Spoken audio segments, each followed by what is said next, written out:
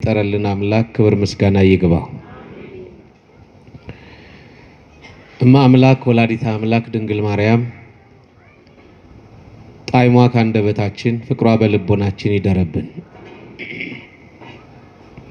እጅግ የተወደዱ አባታችን መላከ ስብሐት ቆሞስ አባ ገብረ ሥላሴ አለነ በኢትዮጵያ ኦርቶዶክስ ተዋሕዶ ቤተክርስቲያን በአዲስ አበባ ሀገረ ስብከት የማህደረ ስብሐት ቅድስት ልደታ ለማርያምና የደብረ መድኃኒት መድኃኔዓለም አብያተ ክርስቲያናት ዋና አስተዳዳሪ ክቡር መምህራችን ሊቀ ጉባኤ መምህር አምባዬ አባተ፣ ክቡራን ሊቃውንተ ቤተክርስቲያን፣ አበው ካህናት፣ አኀው ዲያቆናት፣ በዝማሬ አገልግሎት ያገለገለን ወንድማችን ዘማሪ ዲያቆኑ በኃይሉ፣ በዚህ ምሽት ለነፍሳችሁ እረፍት ለስጋችሁ በረከት ናፍቃችሁ በኃጢአት የሚዋዥቀውን ዓለም ንቃችሁ ከመቅደሱ ከእግረ መስቀሉ ስር የተቀመጣችሁ ኦርቶዶክሳውያን ኦርቶዶክሳዊያት፣ አበው አባቶች፣ እናቶች፣ እህቶች፣ ወንድሞች እንዲሁም ሕፃናት ሁላችሁ እንደምን አመሻችሁ፣ እንደምን ሰነበታችሁ፣ እንደምን ዋላችሁ። እግዚአብሔር ይመስገን ብለን ስሙን እንድንጠራ አንደበታችንን ለምስጋና ሰውነታችንን ለቅድስና የጠራ የመረጠ የአባቶቻችን አምላክ እግዚአብሔር ክብር ምስጋና ይግባው። እንደ እግዚአብሔር መልካም ፈቃድ የዛሬው የትምህርታችን ርዕስ ዮናሳዊ ሕይወት የሚል ይሆናል። እስኪ ሁላችሁ በሉ ዮናሳዊ በሉ። ሕይወት ምናዊ? ስለ ዮናስ ሕይወት ከኛ ጋር በማያያዝ እንማራለን። ዮናስ ማለት የቃሉ ትርጉም ርግብ፣ የዋህ፣ ቅን ማለት ነው። ዮናስ ከደቂቀ ነቢያት መካከል የነበረ እጅግ ተወዳጅ የትንቢት አገልግሎቱን የሚወድ ነቢይ እንደሆነ ቅዱስ መጽሐፍ ይነግረናል። ልቡ ቅን ነው፣ አእምሮው ንጹህ ነው። በጣም በእግዚአብሔር የሚታመንና የሚመካ ሲመቸው በደስታ አቅም ከፍ የሚል ሲከፋው ደግሞ ልቡ የሚጨነቅ ስለ ክብሩ አብዝቶ የሚያስብ ነቢይ ነው ቅዱስ ዮሐንስ። የዮናስ ምዕራፉን የመጀመሪያውን ክፍል ምዕራፍ 1 ቁጥር 1ን ስትመለከቱ የእግዚአብሔር ቃል ወደ አማቴ ልጅ ወደ ዮናስ እንዲህ ሲል መጣ ይልና ተነስተህ ወደዚያች ወደ ታላቂቱ ከተማ ወደ ነነዌ ሂድ ይለዋል። ላኪው እግዚአብሔር ነው። ተላኪው ሰው ወይም ዮናስ ነው። እግዚአብሔር ሲልክ አገልጋይ ሁልጊዜ ድምፁን መስማት መቻል አለበት። ወደ ተላከበትም ስፍራ ሄዶ አገልግሎቱን ማከናወን ግዴታ አለበት። ምክንያቱም ዘመን የሚሽረው ስርዓተ ማህበር የሚያሻሽለው እድሜ የሚገድበው ሞት የሚጥለው መቃብር የሚያሸንፈው ሰው አይደለም። ዮናስን የላከው ቅዱስ ዮናስን የላከው ነቢዩን እግዚአብሔር ነው። እግዚአብሔር ቃሉን ነው የሚናገረው፣ ድምፁን ነው የሚያሰማው ለዮናስ። ዮናስ የእግዚአብሔርን ድምፅ ሰምቷል። ዛሬም እኛ የእግዚአብሔርን ድምፅ እንሰማለን። በምንሰማው የእግዚአብሔር ድምፅ ልክ እየኖርን ነው ወይስ አይደለም የሚለውን ለራሳችን መመርመር ነው። ዮናስ የሰማው ድምፅ የእግዚአብሔር እንደሆነ ያውቃል። የላከውም እግዚአብሔር እንደሆነ ያውቃል። የሚሄድበትም ከተማና መንደር ነነዌ እንደሆነ ነግሮታል። ያውም ታላቂቱ ከተማ ብሎ እግዚአብሔር ነግሮታል። ክርስቲያኖች አንዳንድ ጊዜ እግዚአብሔር ሲልከን ተልኳችንን የምንረሳ እግዚአብሔር ሲናገረን የማናደምጥ ብዙ ሰዎች አለን። ዮናስ የእግዚአብሔርን ድምጽ የእግዚአብሔርን ቃል ከሰማ በኋላ ከእግዚአብሔር ፊት ወደ ሌላ መንደር ወደ ሌላ አካባቢ መኮብለል መተመኘት ናፈቀ። አስተውሉ ክርስቲያኖች፣ የዮናስና የኛ ጸባይ በዚህ ምዕራፍ ላይ በጣም ይመሳሰላል። ኢትዮጵያውያን እንዳንፈወስ፣ ኢትዮጵያውያን የእግዚአብሔር በረከት እንዳይበዛብን፣ ኢትዮጵያውያን ከእግዚአብሔር ጋር ያለን መንፈሳዊ ህብረት እንዳይበረታ ያደረገን የእግዚአብሔርን ቃል ሰምተን እንደ እግዚአብሔር ቃል መኖር ስላቃተን ነው። ስለዚህ ዮናስ ድምጹን ሰምቷል፣ የተላከበትን ስፍራ ያውቆታል። ግን ወደ ነነዌ ከመሄድ ይልቅ ወደ ተርሴስ ለመኮብለል ወሰነ። ክርስቲያኖች ከቃሉ የኮበለላችሁ ስንቶች ናችሁ?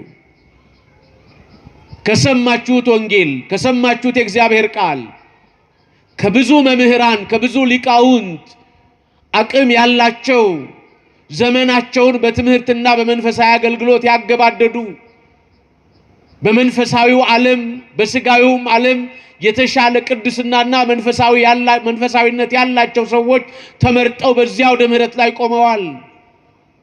ቃሉ ወደኛ ህይወት ደርሷል።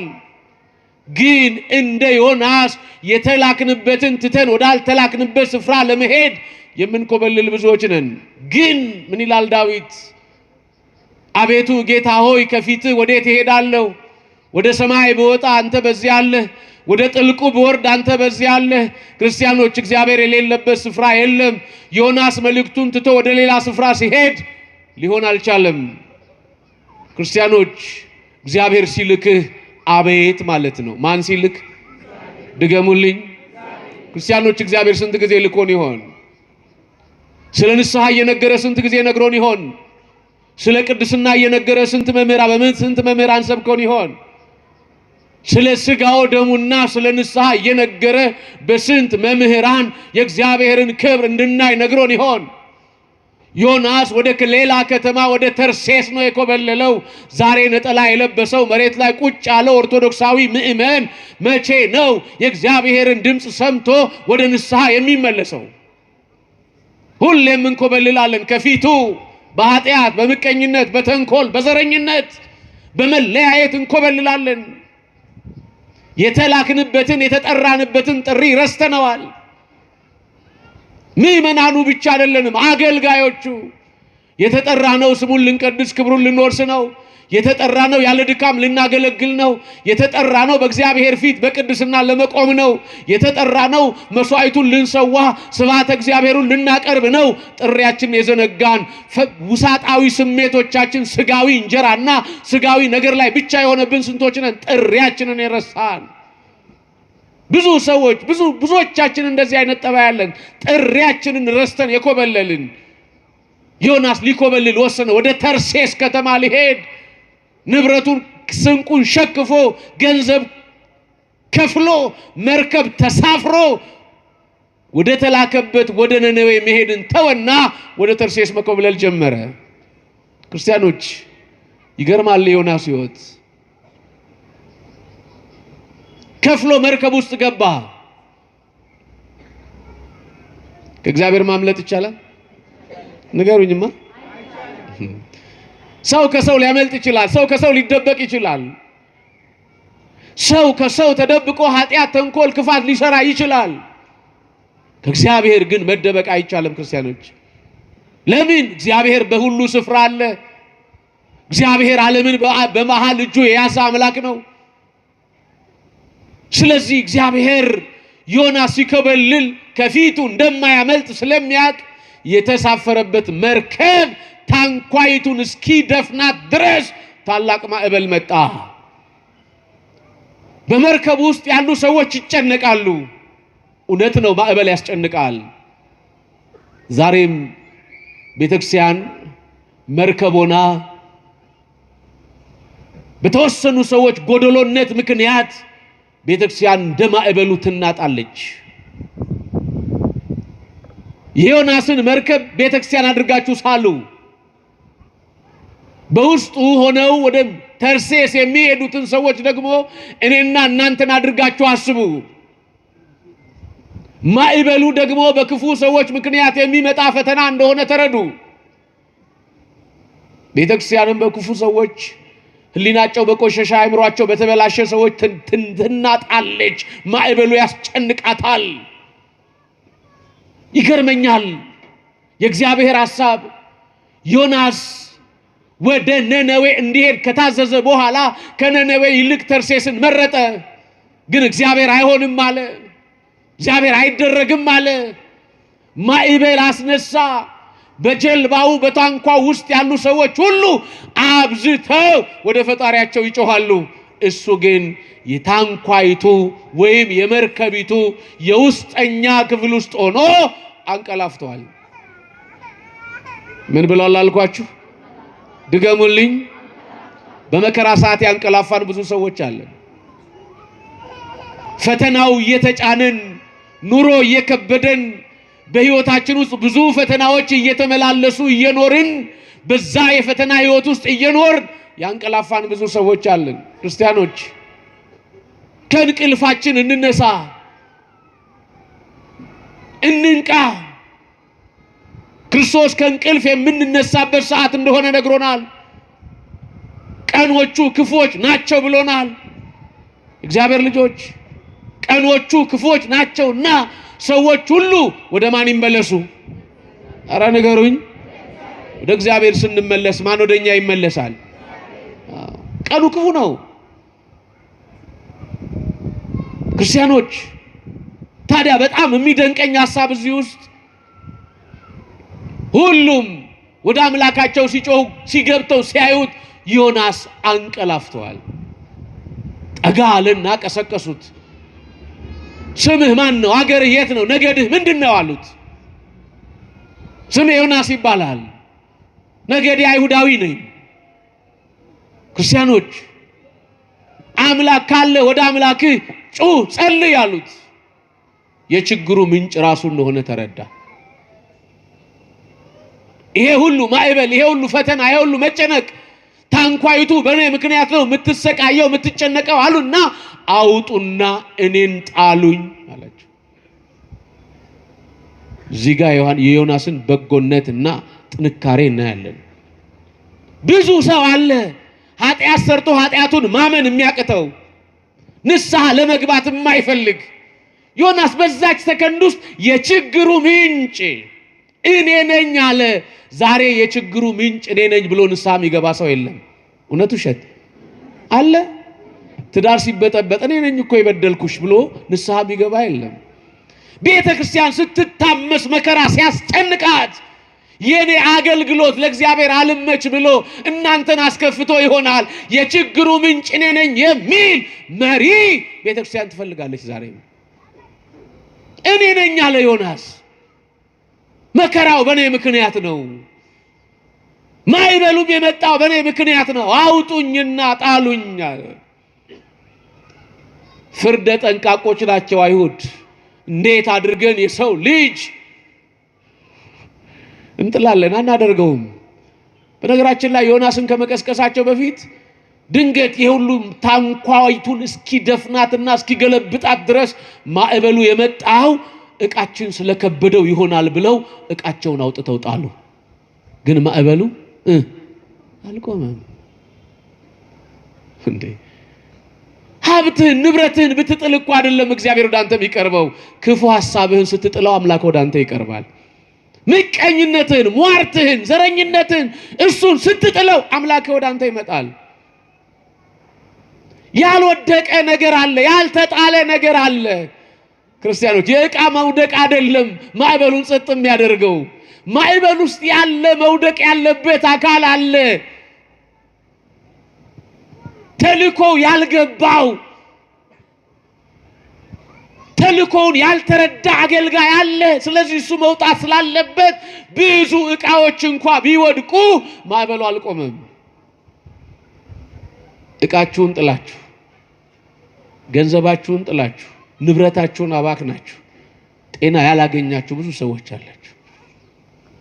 ስለዚህ ከጤና በፊት ከጣላችሁት ገንዘብ ከጣላችሁት ብዙ ነገር በላይ መጀመሪያ እናንተን ነው እግዚአብሔር የሚፈልገው። ልባችሁን ስጡት። ምናችሁን አልኳችሁ? ድገሙልኝ። እግዚአብሔር የሚፈልገው ልባችንን ነው። ልባችንን። ለዚህ ነው ሶሎሞንን እግዚአብሔር እንዲህ አለው፣ ልጄ ሆይ አለ ልብህን ስጠኝ አለ። ዕቃህን አይደለም፣ ገንዘብህን አይደለም፣ የሰበሰብከውን ሀብት ንብረት ስጠኝ አይደለም። ምንህን ስጠኝ? አቤት አቤት። ልባችንን ስንሰጥ እግዚአብሔር ጥያቄያችንን መመለስ ይጀምራል። ለእግዚአብሔር ያልተሰጠ ልብ ስንት አለ? 1000 ብርና 10,000 ብር 100,000 ብር ብቻ በመስጠት መንግስተ ሰማያት የሚገባ የሚመስለው ብዙ ሰው አለ እኮ። ከዚህ ሐሳብ መውጣት ነው መጀመሪያ። ገንዘባቸውን ጣሉ፣ ሀብታቸውን ጣሉ፣ ሁሉን ነገር ጣሉ። ዮናስ እኔን ጣሉኝ ሲላቸው ዝም ብለን አንጥልም ዕጣ እናወጣለን አሉት። ዕጣ አወጡና ዕጣው በዮናስ ላይ ወደቀበት። ልክ ወዲያውኑ ዮናስን ስራ ያውጣ ብለው ወደ ባህር ውስጥ ጣሉት። ምን ያውጣ? አቤት። ለዚህ ነው ኢትዮጵያውያን ስራ ያውጣው እንላለን። ስራ ያውጣ ብለው ጣሉት። እግዚአብሔር ታማኝ ነው። ዮናስ ልቡ ቅን ቢሆንም ትእዛዝ ቢያፈርስም ከአምላኩ ሕግ ቢወጣም እግዚአብሔር የፈለገውን ማድረግ የፈለገው በማን በኩል ነው? ንገሩኝ። ከመረጠህ አይጥልህም አምላክህ። ሺህ የጎደለ ነገር ቢኖርህ አይተውህም። ኃጢአተኛ ነህ በደለኛ ነህ ብሎ አይረሳህም። ማን? ዮናስ እኮ እግዚአብሔርን በድሎታል። አልሰማም ብሎ ከተላከበት ስፍራ ውጪ ወደ ሌላ ስፍራ ሄዷል። የተጠራ ነው እኛ ለጽድቅ ነው፣ በኃጢአት ልንኖር አልነበረም። ግን ዘመናችንን ሙሉ በኃጢአት እንኖራለን። ግን ፈጣሪያችን ምን አይለንም? ኧረ አይተወንም በሉ። የማይተወን አምላክ ክብር ለሱ ይሁን። ዮናስን አልተወውም እግዚአብሔር፣ አልናቀውም እግዚአብሔር። ጉድለቱን አይቶ እንዲጠፋ አልፈለገም እግዚአብሔር። ልክ ከጀልባው ከመርከቡ አውጥተው ሲጥሉት እግዚአብሔር አሳ ነባሪ ያዘጋጀና በሆድ ውስጥ እንዲገባ አደረገው። በአሳው መተንፈሻ በኩል ዮናስ እንዲተነፍስ አደረገ። ማን ይችላል? ኧረ ተናገሩ። ይገርመኛል። ይሄ ትንቢተ ዮናስን ስታነቡት ሁላችሁም በደንብ አድርጋችሁ ስታዩት ቅዱስ ዮናስ የተናገረው የሚደንቀኝ የእግዚአብሔር ሐሳብ አለ። ቅዱስ ዮናስ በሚደንቅ ሐሳብ ተናግሯል። በአሳው ሆድ ውስጥ ሆኖ እንዴት እግዚአብሔር እንዳነጋገረው፣ እንዴት ወደ እግዚአብሔር እንደጮኸ፣ እንዴት እግዚአብሔርን እንደለመነው ታያላችሁ ክርስቲያኖች። እንዲህ ይላል ምዕራፍ 2 እዩት። በመከራዬ ሳለሁ ወደ አምላኬ ጮህ፣ ወደ እግዚአብሔር ጮህ፣ እርሱም ሰማኝ። በሲኦል ሆድ ውስጥ ሆኜ ጮህ፣ ቃሌንም ማዳመጠ። ኧረ ይችላል እግዚአብሔር። ማን ይችላል? ባካችሁ መከራ ሲገጥማችሁ ልክ እንደ ዮናስ በመከራዬ ጊዜ ወደ ማን ጮህ? ኧረ ድገሙት። የሚያዋጣን ማን ስለሆነ? የኑሮ መከራ፣ የነፍስ መከራ፣ የህይወት መከራ ሲያጋጥመን ወደ ማን ጮህ? ወደ ባህር ውስጥም ጣልከኝ፣ በፈሳሾች በዙሪያ የነበሩ ማዕበልና ሞገድ ሁሉ በላይ ላይ አለፈ። እኔ ነገር ግን ወደ ቅድስና መቅደስ ደግሞ እመለከታለሁ አለ። የአሳ ሆድ ውስጥ ሆኖ ምን ውስጥ ሆኖ? አያችሁ፣ መከራ ውስጥ ሆኖ፣ ሲኦል ውስጥ ሆኖ፣ የመከራ ጥግ ውስጥ ሆኖ፣ ጨለማ ውስጥ ሆኖ ወደ ማን መጮህ? ብዙ ጨለማ አለ ክርስቲያኖች። እግዚአብሔር እንዳናይ የሚከለክለን ጨለማ፣ ስልጣን ጨለማ የሆነብን፣ ሀብት ጨለማ የሆነብን፣ ጉልበታችን ጨለማ የሆነብን፣ በዛ ጨለማ ውስጥ ሆነን ወደ ማን መጮህ? ከመመካት ይልቅ ወደ ማን? ጮኸ። የሶስት ቀን ጊዜ አለፈ። ልክ ሶስተኛው ቀን ያ በሆድ ውስጥ የነበረው ዮናስ አሳው አፉን ከፈተና ሲተፋው ይህቺ ከተማ ማናት አለ። የሰማችሁ ነው? ማናት ይህቺ ከተማ? ነነዌ ትባላለች። ስብከቱን ጀመረ። ከእግዚአብሔር ተልኮ ማምለጥ ይቻላል? ንገሩኝ። ከዓለም ተልኮ ማምለጥ ይቻላል? ወታደር የነበረ ሰው ሊከዳ ይችላል። ዶክተር የነበረ ሰው ዶክተሬቱን የዶክተርነት ስራውን ትቶ ሌላ ስራ ሊሰራ ይችላል። ለመንፈሳዊ አገልግሎት ለነብይነት አገልግሎት የተመረጠ ሰው አገልግሎቱን ማቋረጥ አይችልም። ለምን? ማን ስለሚፈልገው? ድገሙልኝ። ላገሰባት እዚህ ያሉ አገልጋዮች በአጠቃላይ ሌሊት እንቅልፋቸው የሚያገለግሉ ስቡ ወዱስ የሚሉ ስብሐተ ነጉን የሚያደርሱ ሊቃውንት እንዲያገለግሉ የፈቀደ ያዘዘ የላከ ማን ነው? ችግር የለም። እንጀራ ለመብላት እኮ ኮብልስቶንም ተጠርቦ ይበላ ነበር አይደል? እውነቱ ውሸት? ጥሪው ግን የማን ነው? የዮናስ ጥሪ የማን ነው? ሰው ጥሪውን ማወቅ አለበት። በተለይ አገልጋይ ጥሪውን ማወቅ አለበት። የመቅደሱ አገልጋይ ጥሪውን ማወቅ አለበት። ጥሪያችንን እንደ ዮናስ ማና ከሆነ ህይወታችን ይፈተናል። ቀጠለ ዮናስ አሁን ስብከቱን ነነዌ ንስሐ ግቡ ወደ እግዚአብሔር ተመለሱ አለ ዮናስ። ኃይል አገኘ፣ ብርታት አገኘ። ከምን በኋላ? ከሲኦል ከወጣ በኋላ፣ ከአሳው ሆድ ከወጣ በኋላ፣ መከራው ካለፈ በኋላ። አስተውሉ። በዚህ ሁሉ መከራ ውስጥ ይገርመኛል፣ በአንድ የዮናስ ድምፅ የነነዌ ከተማ ህዝብ ከንጉሱ እስከ ንዑሱ፣ ከምኑ እስከ ምኑ? ከንጉሱ ከታልቁ ዙፋን ላይ ያለው ጀምሮ እስከ ታናሹ ሕፃን ጀምሮ የዮናስን ድምፅ ሰሙ። የማንን ድምፅ? ድገሙልኝ። አሁን ኢትዮጵያ ውስጥ ያለው ችግር ይሄ ነው። የአንድ ካህን ድምፅ አይሰማም። የአንድ ፓትርያርክ ድምፅ አይሰማም። የአንድ መንፈሳዊ አገልጋይ ድምፅ አይሰማም። እውነት ውሸት? የለም እኮ ቄሶቹ እንደዚህ ብለው ነበረ፣ ቄሶቹ እኮ እንዲህ ብለዋል፣ ቄሶቹ እንዲህ መመሪያ አስተላልፈዋል። አርቀን የራሳችን ሳናደርግ ነው የምንሰማው። የዮናስን ቃል ግን የነነዌ ሰዎች በአንድ ድምፅ ማንን ሰሙት? ንገሩኝ። ሰሙት። ዮናስን አደመጡት። ዮናስን ንጉሱ ከዙፋኑ ወረደ። የክብር ዙፋኑን ተወ። ማቅ ለበሰ፣ አመድ ነሰነሰ። ይገርመኛል። በጣም የሚደንቀው የንጉሱ ማቅ ለብሶ አመድ ነስንሶ መተኛቱ ብቻ አይደለም። እንስሳት ከጋጣቸው አይውጡ፣ ከብቶችም ወደ ስምሪት አይሄዱ፣ ሕፃናቶችም የእናታቸውን ጡት አይጥቡ። የኔ ኃጢአት የሕዝቤ ኃጢአት ሀገሪቱን ሊያጠፋት ቢያንስ እንኳ ቢያጠፋት እንኳ በእንስሳቱና በሕፃናቱ ሲል ማን ይምረኛል? እግዚአብሔር ይችላል። 10 ደግ 5 ደግ ቢኖር ሀገር ያድናል። እግዚአብሔር ይችላል አይችልም? ተናግሯል እኮ እዛ ኦሪት ዘፍጥረት ምዕራፍ 12 ላይ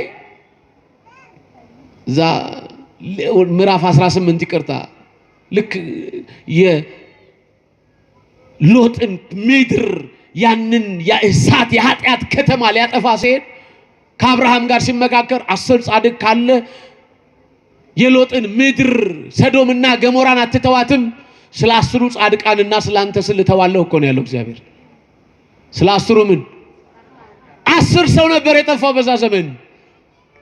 5 አለ 5 ሰው እንኳን አልተገኘም። ስለ 5ቱና ስላንተ ስል እምራለሁ አለ እግዚአብሔር። ኧረ ምን አይነት መሐሪ አምላክ ነው እግዚአብሔር! ኧረ ፍቅሩን ይው፣ ኧረ በጎነቱን፣ ኧረ ይቅርታውን ይው፣ ኧረ ምህረቱን ይው። ኦርቶዶክሳውያን እደነቃለሁ። ክርስቲያኖች አሁን እየተቀለልኩት ልምጣ። ክርስቲያኖች ከሰዓቱ አንፃር ልክ ወጣና ስብከት ጀመረ። ህዝቡ ተመለሰ። እግዚአብሔርም ከሰማይ አወርደዋለሁ ያለውን የእሳት ዝናብ አቆመ። ዮናስ አጉረመረመ። ለክብሩ የሚጨነቅ አገልጋይ ስለሆነ። ለምን አልኳችሁ? ምክንያቱም ነነዌ ንስሐ ካልገባች በ3 ቀን ምን ይዘንብባችኋል ነው ያለው።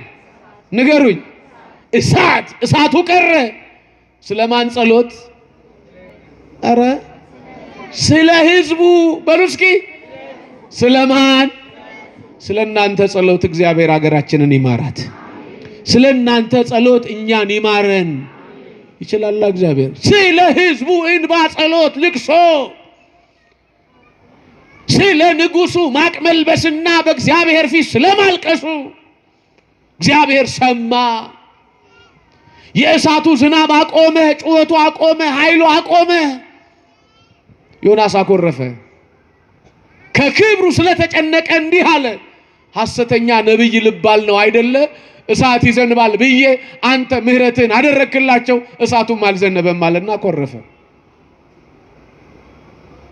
ብዙ ሰዎች ያላችሁ የጠየቃችሁት ስላልተደረገላችሁ ያኮረፋችሁ፣ እውነት ውሸት፣ አንኳኩታችሁ ለምናችሁ ጠይቃችሁ ድንግል ማርያምን እግዚአብሔርን ቃድቃኑን ሰማያታቱን ቅዱሳኑን ሳታንቀላፉ ጨቅጭቃችሁ መልስ ስላላገኛችሁ ዝም ያላችሁ ተስፋ የቆረጣችሁ ፊታችሁን ያዞራችሁ ብዙ ሰዎች አላችሁ። ዮናስ እንደዚህ ነው። እኛን እኮ ነው የሚመስለው ዮናስ። ሲጎልብን ፊት እናዞር የለ? እውነት ውሸት? ከሰው ሲጎልብን ፊት እናዞራለን። ስጠን ብለን ጠይቀነው ዛሬ ሰጥቶን ነገ እንደገና ደግመን ስንጠይቀው ባይሰጠን ፊት እናዞራለን። ብዙዎቻችን እንዲህ አይነት ጠባይ ነው ያለን። ዮናስ አጉረመረመ፣ አኮረፈ። ምን ሆንክ አለው እግዚአብሔር። ምን ሆንክ? የሰማችሁ ነው። ምን ሆንክ አለው። ሁላችንም እኮ ዮናሳዊ ህይወት አለን። ምን ሆንክ? ትንቢቴን ከንቱ አደረከው፣ መልእክቴን ዝቅ አደረክብኝ። እሳት ከሰማይ ይወርዳል ብዬ ተግሬ እሳት እንኳን ሳይወርድ አንተ ምህረትህ ላክላቸው፣ ይቅርታን አደረክላቸው። እውነት ነው ይችላል እግዚአብሔር። መዓቱ የራቀ ምህረቱ የበዛ ደግ አምላክ ነው። እረ ክብር ለሱ ይሁን አምላካችን። እንዲህ አይነት ደግ አምላክ የት አለ?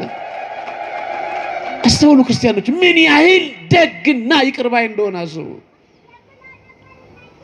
ከህዝቡ መዳን ይልቅ የሱ ክብር አስጨነቀው።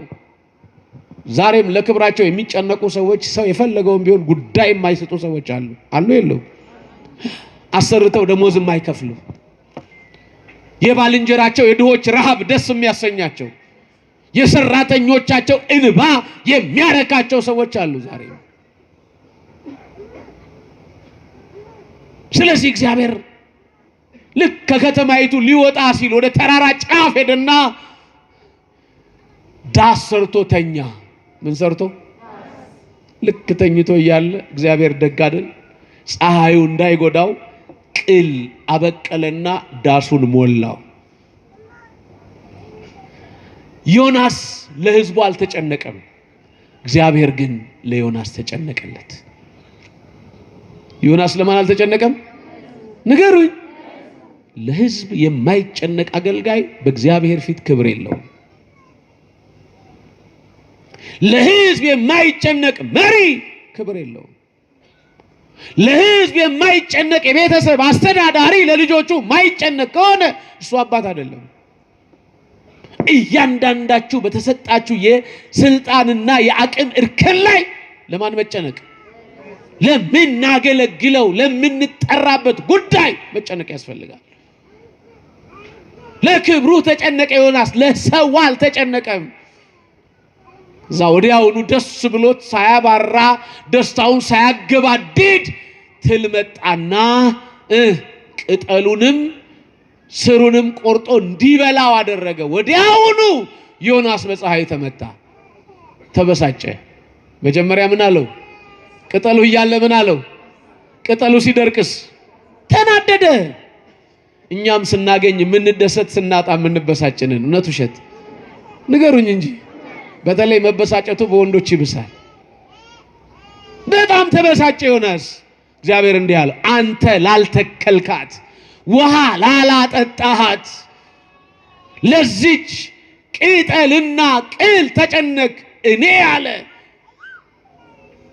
በጣም ይገርመኛል። እኔ አለ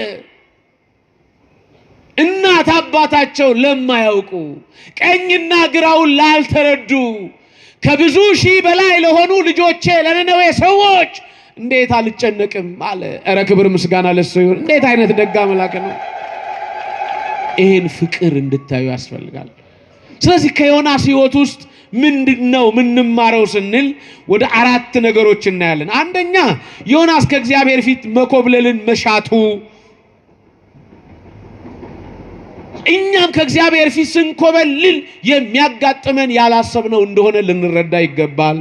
ሁለተኛው ወዳልተገባ ስፍራ ስንሄድ ማዕበል ዮናስን እንዳጋጠመው ወዳልተገባ ስፍራ ስንሄድ እኛም ምን ያጋጥመናል? ንገሩኝ። ማዕበል፣ የኑሮ ማዕበል፣ የህይወት ማዕበል፣ ረፍት የማጣት ማዕበል፣ በእግዚአብሔር ደስተኛ ያለመሆን ማዕበል፣ በተሰጠን ነገር እርካታ የማጣት ማዕበል ያጋጥመናል። ሶስተኛው እዚህ ላይ የምንረዳው ዮናስ በአስደናቂ የእግዚአብሔር ኃይል ነው የዳነው። በማን ኃይል? የአሳ ሆድ ውስጥ ሆኖ ማን ጠበቀው? በመከራ ውስጥ ስንሆን ማን ይጠብቀናል? አስተውሉ። ሶስተኛው ከዮናስ የምንማረው ይሄንን ነው። አራተኛው እግዚአብሔር ለሕዝቡ አብዝቶ እንዴት እንደሚጨነቅ እናያለን። ከማንም በላይ ዘር ከአባት ወገብ ከፍሎ ከእናት ማህፀን ደም ወስዶ የሰራን እግዚአብሔር ስለኛ አረበሉ ምን ይላል? ማን ያስብልናል? ያስብልናል። ይሄ ነው። ሌላው ዮናስ የይቅርታ ልብ ያለው ሰው ነው። የምን ልብ? ልክ እንደበደለ ምን አለ? ችግሩ የኔ ነው አለ። ዛሬ ችግሩ የኔ ነው የሚል መሪ፣ ችግሩ የኔ ነው የሚል አገልጋይ፣ ችግሩ የኔ ነው የሚል አባወራ፣ ችግሩ የኔ ነው የሚል የቤተክርስቲያን ሰው ማን ይፈልጋል? ስለዚህ ችግሩ የኔ ነው።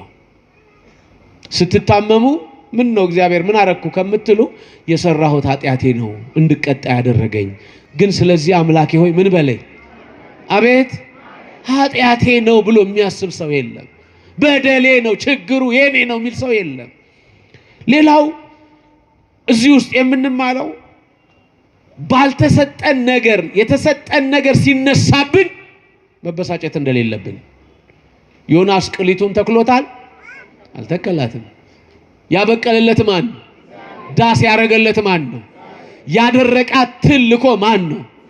ስለዚህ የኛ ባልሆነ ነገር በተሰጠን ነገር ደስተኞች ሆነን ወዲያውኑ ደግሞ ልንበሳጭና ተስፋ ልንቆርጥ እንደማይገባ ይሄ ታሪክ ያስተምረናል። ስለዚህ ክርስቲያኖች በህይወታችሁ ዘመን ውስጥ የእግዚአብሔርን ሐሳብ እንድታከናውኑ እንደ ዮናስ በውድቀት መካከል ያለ መነሳት፣ በማጣት መካከል ያለ ማግኘት፣ በድክመት መካከል ያለ ብርታት፣ በመከራ ውስጥ እያለፉ የእግዚአብሔርን ክብር ለማሳየት መትጋት ያስፈልጋልና ሁላችሁም ከዮናስ የተማራችሁትን ነገር በደንብ አድርጋችሁ ለዩ። በደንብ አድርጋችሁ መጀመሪያ ተላከ። ወደ ተላከበት ምን አላለም? ንገሩኝ። ስለዚህ ክርስቲያኖች እሱ ባይሄድ እኛ ግን ወደ ተላክንበት መሄድ አለብን የለብንም? ስለዚህ የኛ ተልኮ ምንድነው? እግዚአብሔር እኛን ልኮናል። ስም ሰጥቶ ስመ ክርስትና ሀብተ ወልድና ሰጥቶ ልኮናል። በኃጢአት ካላችሁ ምን በሉ ብሎ አረ ንገሩኝ። ምን ገቡ? ስለዚህ አሁን የንስሐ መስመር ውስጥ ያላችሁ ሰዎች ምን ያህል ሰዎች ናቸው? የተላክነው ንስሐ እንድንገባ ነው። የተላክነው ወንጌል እንድንሰማ ነው። የተላክነው የእግዚአብሔርን ሐሳብ እንድናከናውን ነው። ስንቶቻችን የእግዚአብሔርን ሐሳብ ለማከናወን ዝግጁዎች ነን? ወደ ተላክነው ስፍራ ስለመምጣት ምን ያህል ዝግጁ ነን? ነው ወይስ እንደ ዮናስ መኮብለል ናፍቆናል? እውነት ነው። ዮናስ ለክብሩ ተጨንቆ ኮበለለ። ዛሬም ለክብራቸው ተጨንቀው መቅደሱን በር የረሱ ስልጣናቸው ላይ ብቻ የቆሙ ክብራቸው ላይ ብቻ የቆሙ ሀብታቸው ላይ ብቻ የቆሙ ክርስቲያኖች እንደ ዮናስ ኮብልለዋልና ኮከበለሉበት ስፍራ ወደ ማን ይመለሱ? ንገሩኝ። ወደ እግዚአብሔር እንድንመለስ። በጣም የሚገርመኝ የአሳው ሆድ ውስጥ ዮናስ ወደ ማን ይጸልይ ነበር? አቤት በመከራ ውስጥ ሆናችሁ ወደ ማን ጮሁ? መከራ አለ። በዓለም ሳላችሁ መከራ አለባችሁ ይላል። እኔ ዓለምን ድል ነስቼዋለሁና እናንተም ትነሱታላችሁ። አረ ክብር ምስጋና ለሱ ለአምላካችን ይሄን ጸጋ የሰጠን። ስለዚህ ክርስቲያኖች ዮናሳዊ ህይወትን በዚህ መልኩ ልንረዳው ይገባል። ያስተማረን የመከረን አምላክ ክብር ምስጋና ይግባው። ይቆየን። ስብሐት ለእግዚአብሔር።